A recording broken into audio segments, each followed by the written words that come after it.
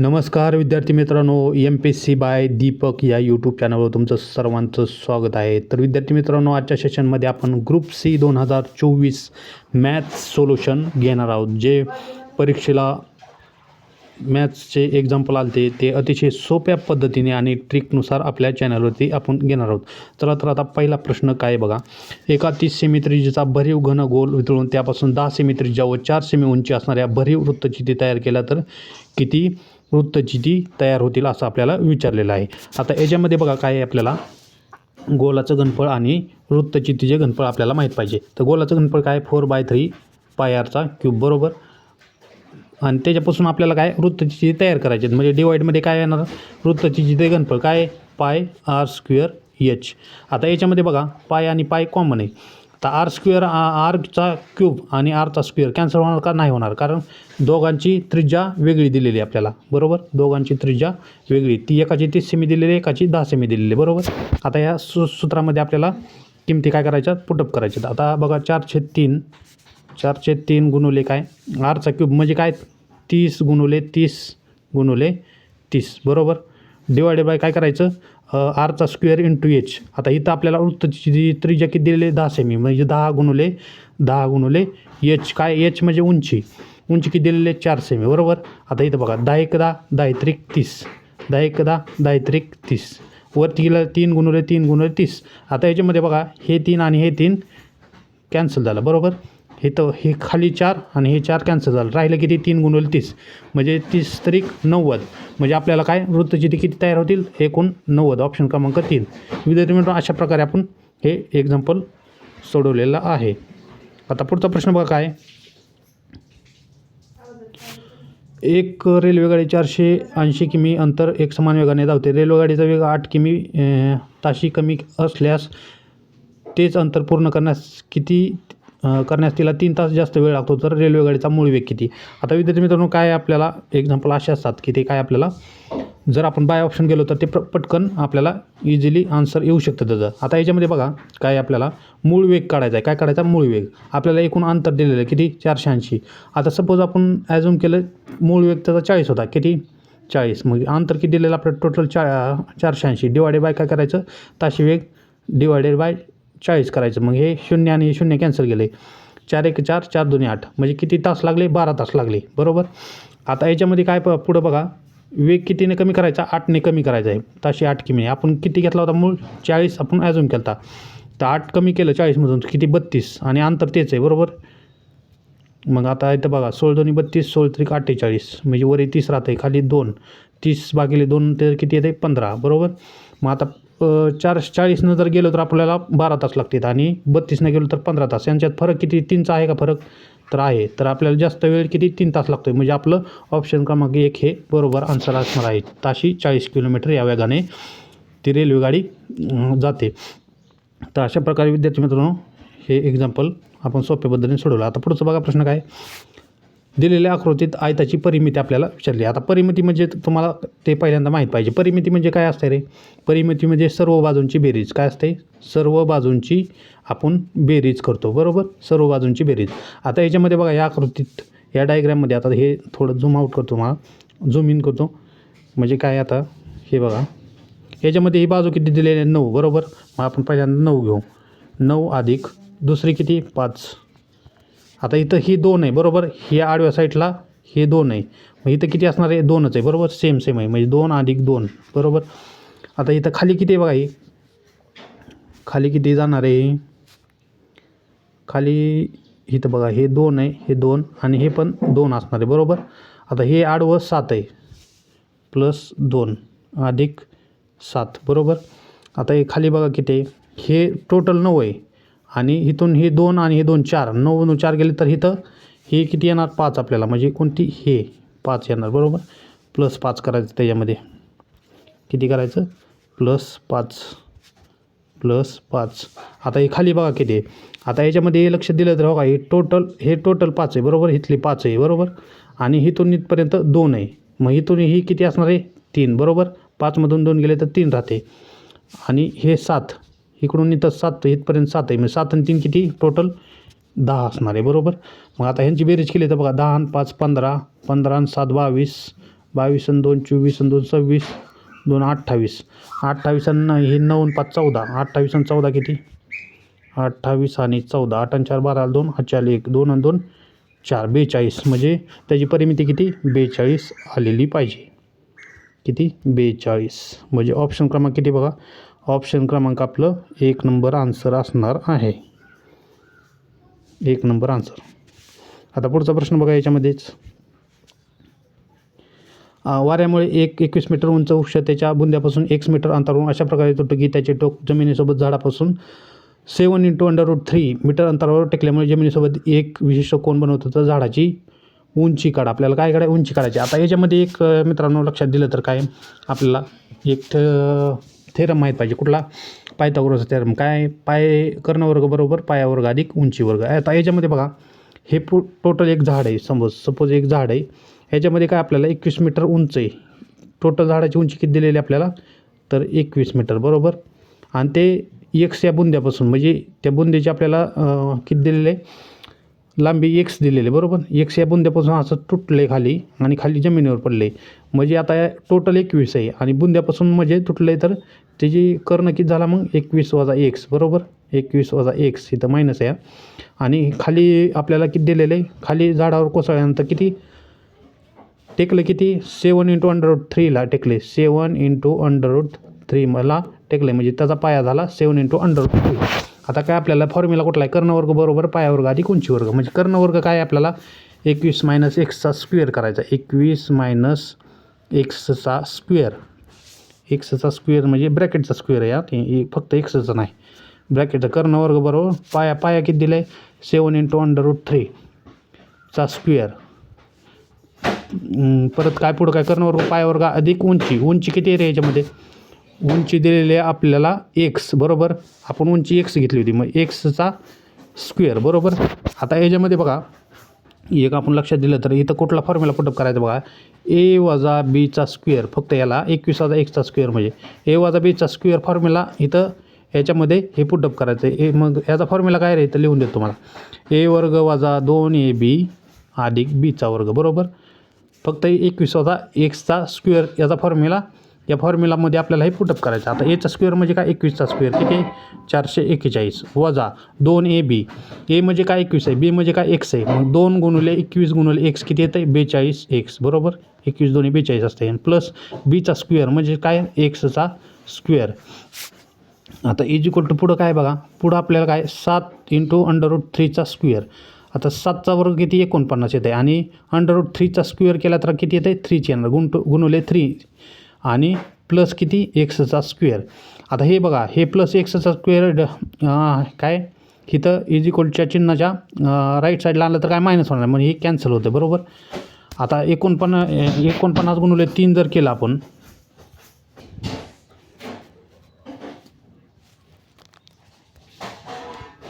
किती येतं? याच्यामध्ये 49 गुणुले 3 तर 147 बरोबर. किती येते?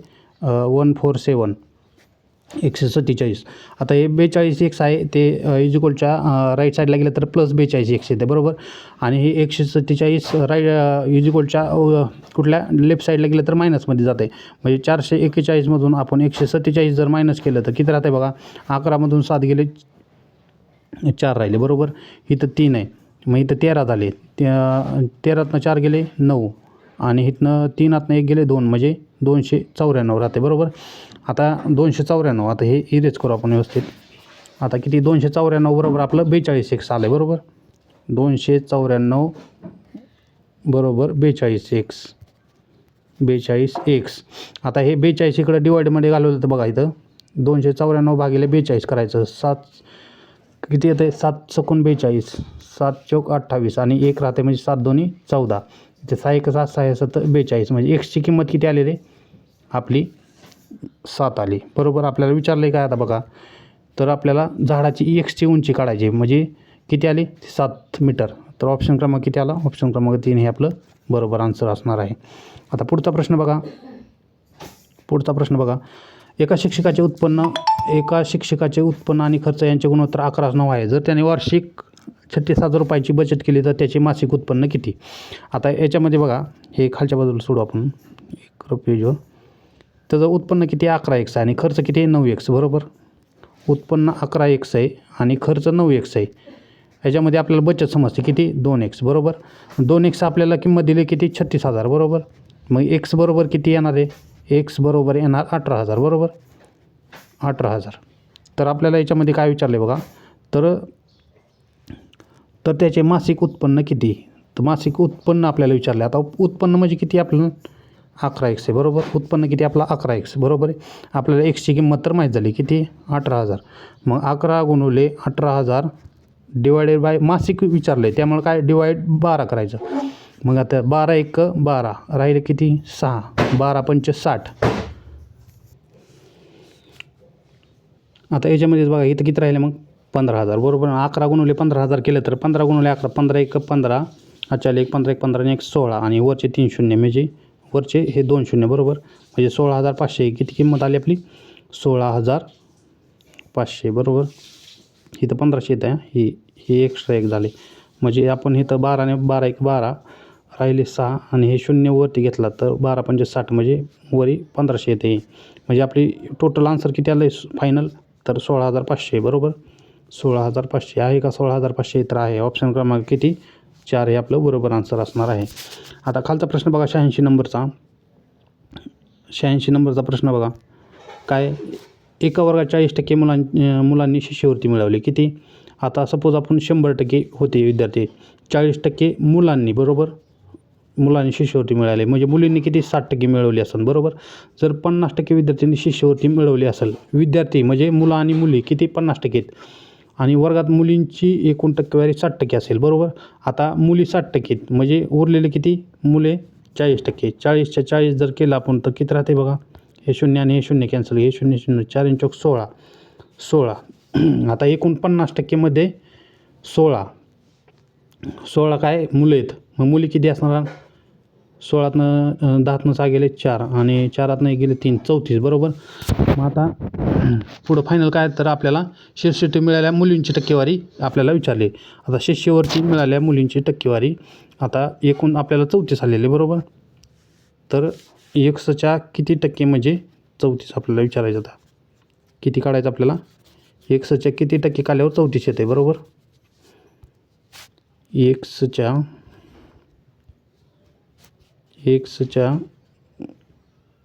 नाही 60च्या बरोबर, 60च्या ना, एक्सच्या नाही तर 60च्या किती टक्के भागिले बरोबर 34 येणार. आता 100 गुणुले 34 डिवायडेड बाय किती 60 येणार बरोबर. मग हे शून्य आणि हे शून्य कॅन्सल, 340 10 गुणुले 34 म्हणजे 340, 340 भागिले 6 जर केलं तर किती येते बघा 6 पंच 30 वरी 4 राहिले 6 6 36 म्हणजे 56 पॉईंट समथिंग आपला आन्सर यायला पाहिजे. म्हणजे इथं दिलं आहे का 56 पॉईंट काहीतरी, तर दिलेलं ऑप्शन क्रमांक 2 हे आपलं बरोबर आन्सर असणार आहे. आता पुढचा प्रश्न बघा काय याच्यामधलाच.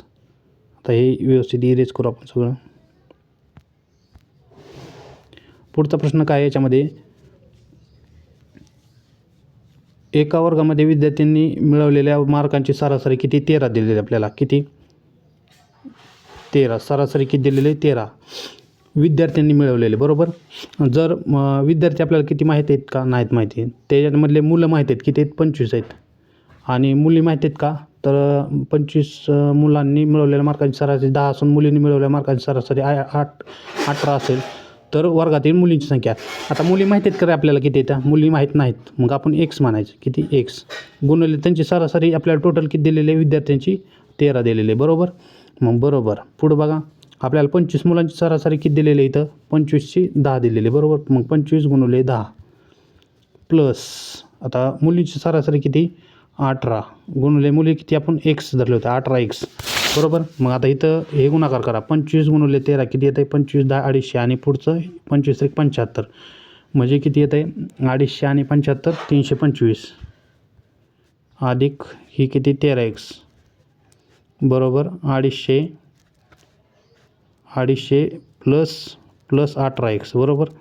आता याच्यामध्ये हे करा आता इथे इरेज करू आपण व्यवस्थित. किती आलं आहे आपलं 325. आता हे आता याच्यामध्ये बघा काय करायचं आपल्याला 325मधून काय 325 वजा 250 जर केलं तर किती राहते बघा, हे 5, हे 12तनं हे 7 राहतं, हे 0 किती 75 आणि 13मधून 18 गेले तर किती राहते 5x बरोबर. आता हे 5 आहे ते इकडं 75ला डिवाईडला घालवायचं तर किती राहते 5 15 75 म्हणजे एक्सची किंमत आली किती 15. तर मग एक्स म्हणजेच काय असतं मुली असते, तर मुलींची किंमत किती आली मग संख्या तर 15. तर मुलींची संख्या आपल्याला विचारलेली म्हणजे आपलं ऑप्शन काय, ऑप्शन क्रमांक 3 हे आपलं आन्सर असणार आहे. मुलींची संख्या किती 15. आता पुढचा प्रश्न बघा याच्यामधलाच बघा, हे कामवरचा प्रश्न आहे आता याच्यामध्ये. आता बघा अरुणने, आता हे थोडं झूम इन करू, काय बघा सांगते ते आपल्याला. अरुणने एका दिवसात केलेले काम सचिनने एका दिवसात केलेल्या कामाच्या अर्धे आहे. म्हणजे बघा पुढं बघा, तसेच सचिनने एका दिवसात केलेले काम हे राहुलने एका दिवसात केलेल्या कामाच्या अर्धे आहे. तर जर राहुल एकटा ते काम 14 दिवसात पूर्ण करतो तर अरुण, सचिन आणि राहुल किती दिवसात पूर्ण करतील. आता राहुलने किती काम केले रे 14 दिवसात बरोबर आहे. आता पुढं बघा इथं ह्याच्या पाठीमागं काय दिलेलं आहे, राहुल एका दिवसात, सचिन एका दिवसात केलेले काम हे राहुलने केलेल्या एका दिवसात केलेल्या कामाच्या अर्धे आहे. म्हणजे जेवढे म्हणजे राहुलला जर 14 दिवस लागत असतील तर ते काम सचिनच्या काय सचिन याच्यापेक्षा अर्धे करतो म्हणजे त्याला दुप्पट दिवस लागतील बरोबर. किती दिवस लागतील 28 दिवस. आणि इथं बघा पहिला बघा अरुणने एका दिवसात केलेले काम सचिनने एका दिवसात केलेल्या कामाच्या अर्धे आहे. म्हणजेच अरुणला किती दिवस लागतील ह्याच्या सचिनच्या दुप्पट लागतील म्हणजे किती 56 दिवस. आता यांच्यामध्ये आपल्याला यांचा लसावी जर काढला तर किती 56 जर केलं 14 चौक 56, 28 दोन्ही 56 आणि 56 एक 56, 4 आणि 2 6 आणि 1 7, 7नं ह्या लसावीला भाग गेला 7 1 7 7 8 56 म्हणजे किती टोटल तिघांना अरुण, सचिन आणि राहुलला एकूण किती दिवस लागतील काम पूर्ण करण्यास तर 8 दिवस. ऑप्शन क्रमांक 3 हे आपलं बरोबर आन्सर असणार आहे. आता याच्यामधलाच पुढचा प्रश्न बघा काय, एक दुकानदार काय म्हणते, एक दुकानदार 2 मोबाईल फोन प्रत्येकी 3600ला विकतो. एका मोबाईलवर त्याला 20% नफा, दुसऱ्यावर 20% तोटा होतो. तर दुकानदाराला संपूर्ण व्यवहारात किती नफा किंवा तोटा होतो. आता आपल्याला किती नफा किंवा तोटा होतो विचारले. आता याच्यामध्ये एकामध्ये काय नफा होतो म्हणजे 120ला म्हणजे 3600ला एकावर नफा होतो म्हणजे जी 3600 किंमत विकतो त्याच्यावर 120ला 3600 तर 100ला किती म्हणजे मूळ किंमत येणार इथं. मग 100ला किती 100 गुणुले 3600 डिवायडेड बाय किती 12 करायचं 120 म्हणजे हे शून्य घ्यायचं 12 त्रिक 36 किती आलं इथं किती आलं 100 गुणुले 3600 बरोबर. 100 गुणुले हे 3600 इथं म्हणजे हे वरती 30 राहिलं आणि हे 100 गुणुले 30 किती आलं 3000 म्हणजे सुरुवातीची मूळ किंमत किती आली ज्यावेळेस नफा होतो त्यावेळेस किती आली किंमत त्याची तर 3000 बरोबर. आता तोटा वेळेस होतो त्यावेळेस आता इथं आपण हे 3000 किंमत इथं लिहून देऊ. 3000 एकाची किंमत आली मूळ किंमत 3000, ज्यावेळेस 20% नफा होता त्यावेळेस 3000 मूळ किंमत होती. आता ज्यावेळेस तोटा होता त्यावेळेस किंमत काढू. आता 80ला 3600 किती, ज्यावेळेस तोटा होतो म्हणजे ज्यावेळेस 20% तोटा होतो त्यावेळेस किंमत किती 3600नं विकतो. तर मग आता मूळ किंमत 100ला किती, आता बघा 100 गुणुले 3600 डिवायडेड बाय किती 80 बरोबर. मग आता इथं बघा इथं आपण हे 0 आणि 0 कॅन्सल केलं 4 दोन्ही 8 4 4 18 180 आणि इथं 2 पंचे 10 50 18 पंचे 90 म्हणजे किती आले हे 18 पंचे 90 नाही 8 सॉरी थांबा आता डबल करू आणि का इथं काय आपल्याला चुकतं आहे आपलं 80ला 3600 बरोबर. तर आपल्याला 100ला किती काढायचं मग 100 गुणुले 3600 डिवायडेड बाय 80 जर केलं आपण तर किती येते बघा हे 0 आणि हे 0 कॅन्सल केलं 4 दोन्ही 8 4 9 36 म्हणजे इथं वरी 90 राहिलं आणि वरी 90ला जर 2ने डिवाईड केलं तर 45 येते म्हणजे 45 गुणिले 100 केले तर 4000 किती येते 500 येते बरोबर मूळ किंमत. ज्यावेळेस नफा होतो त्यावेळेस किती किंमत 3000 मूळ किंमत आहे, ज्यावेळेस तोटा होतो त्यावेळेस किती मूळ किंमत आहे 4500 बरोबर. मग 4500 आणि 3000 यांची बेरीज केली तर किती येते 4500 आणि 3000ची 7500 ही बेरीज होती. तर आपल्याला आपण विकले कितीला 2000 म्हणजे बघा सुरुवातीला ज्यावेळेस नफा होतो त्यावेळेस किती 3600ला विकलं आहे आणि ज्यावेळेस तोटा होतो त्यावेळेस बी 3600ला विकलं आहे. म्हणजे त्याची किंमत 3600 अधिक 3600 किती येणार 72 बरोबर 7200 आणि आपण नफा आणि तोटा म्हणून आपली किंमत किती आली तर 7500. तर यांच्यातला मधला फरक किती आहे रे 75 म्हणून 7200 गेले तर किती 300 रुपये यांच्यातला फरक होणार आहे. किती 300 रुपये.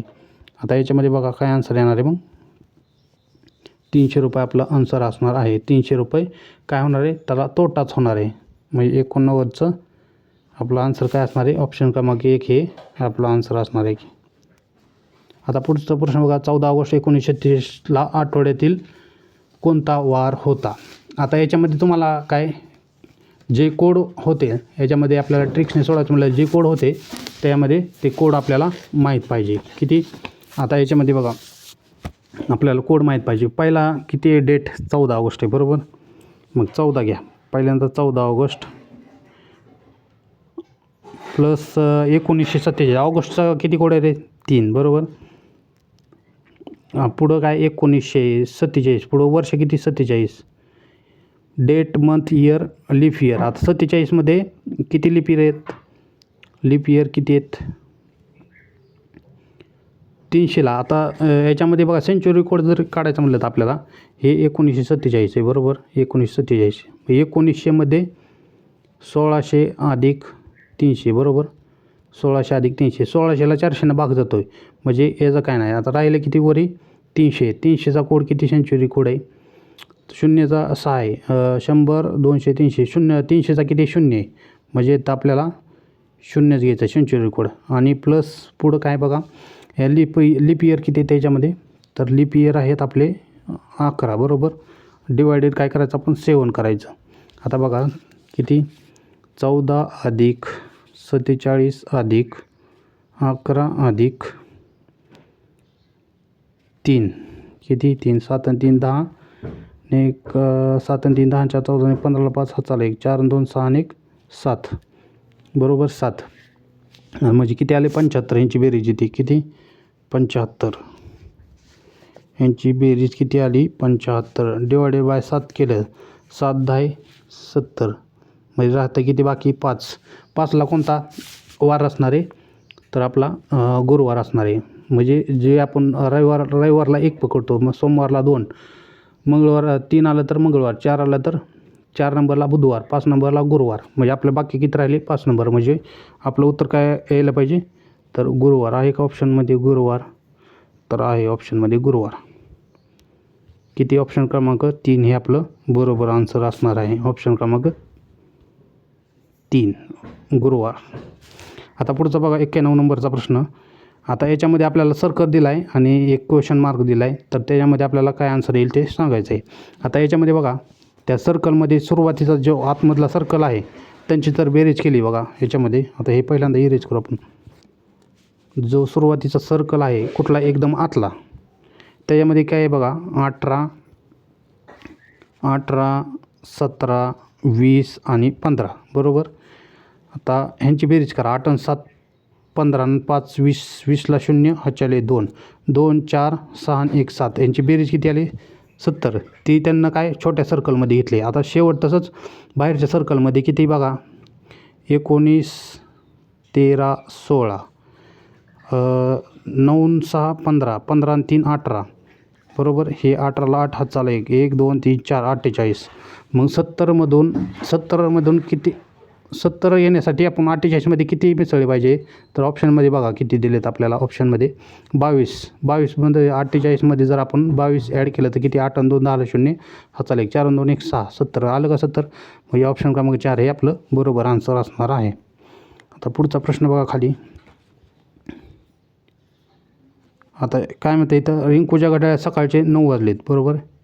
हे रिंकूचं घड्याळ सपोज हे रिंकूचं घड्याळ आहे तिथं किती सकाळचे 9 इथं 12 वाजलेत इथं 3 इथं 6 आणि इथं 9 सकाळचे किती 9 वाजलेत म्हणजे जो तास काटा आहे तो 9वर आहे मिनिट काटा 12वर आहे बरोबर आहे.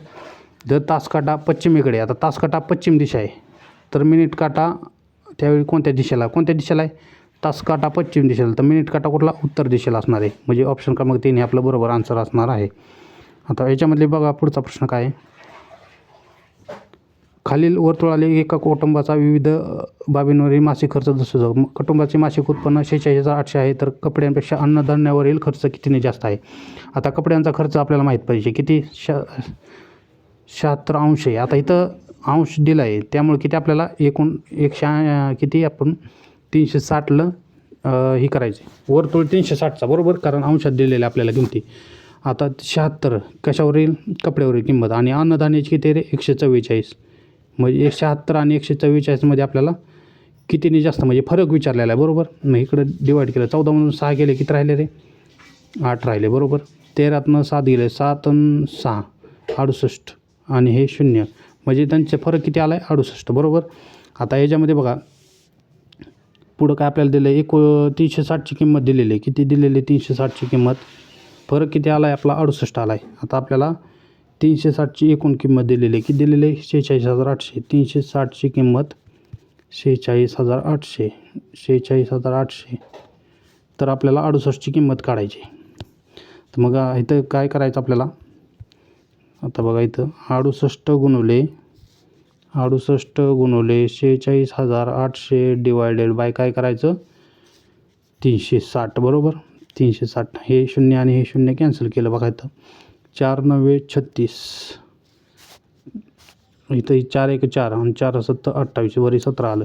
इथं बघा 9 5 45 वर 1 9 2 18 आणि हे वरचा 0 किती? 520 आलं. मग 17 गुणवले 520 जर केलं तर 0 17 2 34ला 4 हातचे आले 3 17 5 17 5 17 2 34ला 4 हातचे आले 3 17 5 85 3 किती? 88. म्हणजे त्यांच्यातला फरक किती? 8,840 आहे का उत्तर? बघा 8,840 आहे. ऑप्शन क्रमांक किती? 8,840 आहे. ऑप्शन क्रमांक 4 नाही तर 3 आहे. ऑप्शन क्रमांक 4 नाही तर 1 नंबर आहे. 8,840 ऑप्शन क्रमांक 1 बरोबर आपलं आन्सर असणार आहे. आता खालचा प्रश्न बघा. याच्यामध्येच खालच्या प्रश्नात काय दिलं आहे आपल्याला? तर आपल्याला विचारलं आहे की एका सांकेतिक भाषेत उन्नती हा शब्द 79 असा लिहिला आहे, तर त्या भाषेत उत्कर्ष हा शब्द कसा लिहिला येईल? आता आपल्याला याच्यामध्ये काय बघा, उन्नती म्हणजेच काय? UNNATI. आता 21 14 14 1 20 आणि 9 यांची जर बेरीज आपण केली 21 14 14 परत काय 1 20 आणि यांची परत पुढं काय 9 यांची जर बेरीज केली तर 79 येते. तशाच प्रकारे उत्कर्षची बेरीज करायची. काय उत्कर्ष म्हणजेच किती? तर उत्कर्षची बेरीज करू आपण. किती? U म्हणजे 21 असते बरोबर. U 21 बरोबर. T म्हणजे 20 असते. K म्हणजे किती असते? 11. 1 A म्हणजे 1 परत R म्हणजे काय? 18. S म्हणजे काय? 19. H म्हणजे काय? 8 बरोबर. आता यांची बेरीज जर केली तर आपण बघा 1 2 3 2 2 4 आणि 1 5 53 आणि हे पुढच्या 3ची 8 आणि 8 16 16 आणि 4 20 25ला 5 4 2 2 आणि 2 4 45 आणि 53ची बेरीज करा. 5 आणि 3 8 आणि 5 आणि 4 9 म्हणजे 98 बेरीज इथे आहे का? 98 आन्सर. तर ऑप्शन क्रमांक 4 हे आपलं आन्सर असणार आहे. आता पुढचा प्रश्न घ्या. पुढच्या प्रश्नामध्ये काय बघा, साखरेची किंमत 20% ची कपात केल्याने खरेदीदारास 160 किमतीमध्ये 2.5 kg जास्त साखर मिळू शकते, तर प्रति kg असलेली मूळ किंमत शोधा. आता याच्यामध्ये काय आपल्याला बघा, मूळ किंमत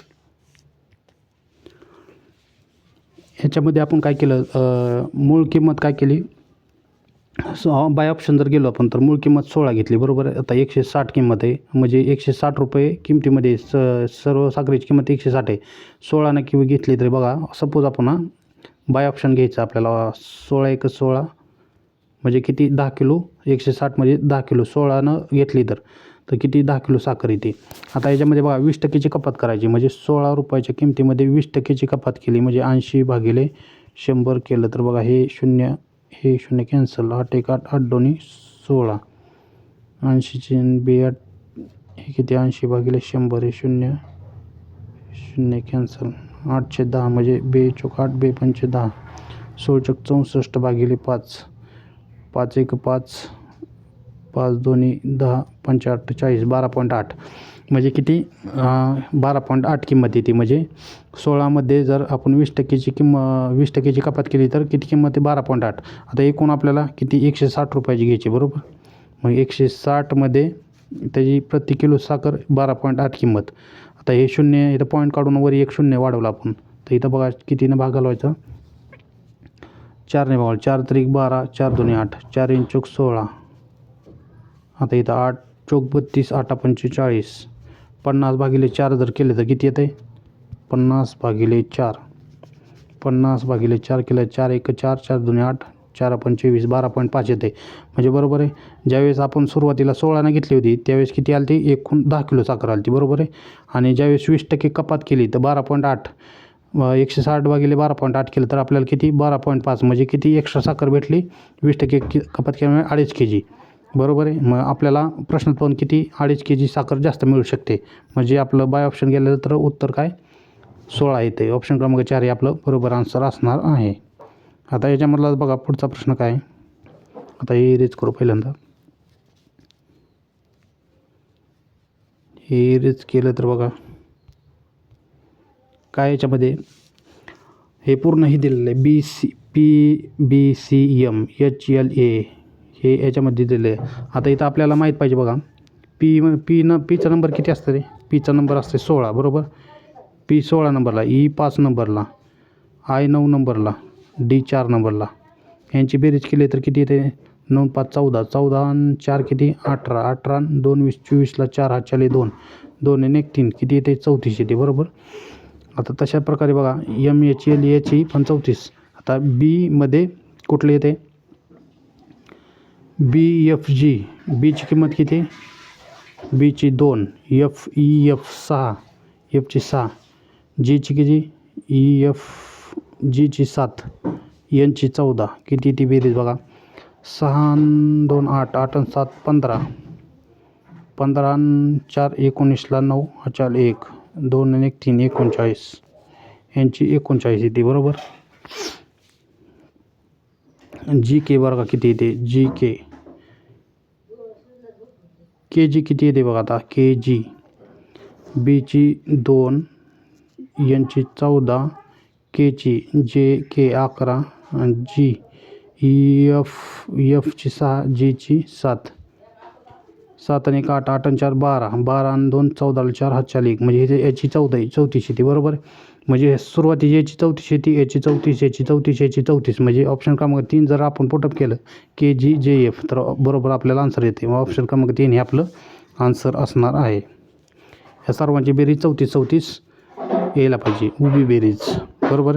आता पुढचा प्रश्न बघा काय याच्यामध्येच वायचा स्क्वेअर = 4 आणि व्हीचा स्क्वेअर आपल्याला विचारला आहे. आता इथं लक्षात द्या इथं AB इथं काय असतं रे X इथं Y आणि इथं Z बरोबर. मग इथं आपल्याला वायचा नंबर किती घेतला आहे 2 घेतला आहे म्हणजे जो वायच्या वरती काय B आहे त्याचा नंबर 2 घेतला आहे आणि त्याचा स्क्वेअर केला आहे बरोबर.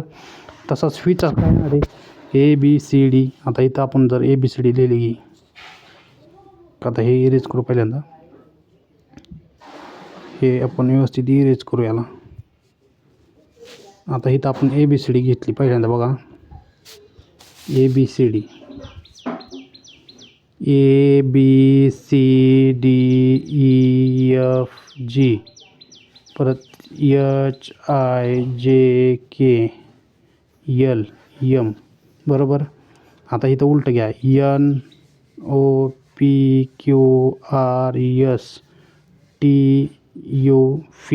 फी कशाला येतं रे ईच्या समोर ईच्या वरती काय फी येते ई येते बरोबर. ईचा नंबर काय 5 नंबर आहे म्हणजे 5चा स्क्वेअर येणार 5चा स्क्वेअर किती 25. ऑप्शन क्रमांक 2 हे आपलं उत्तर असणार आहे.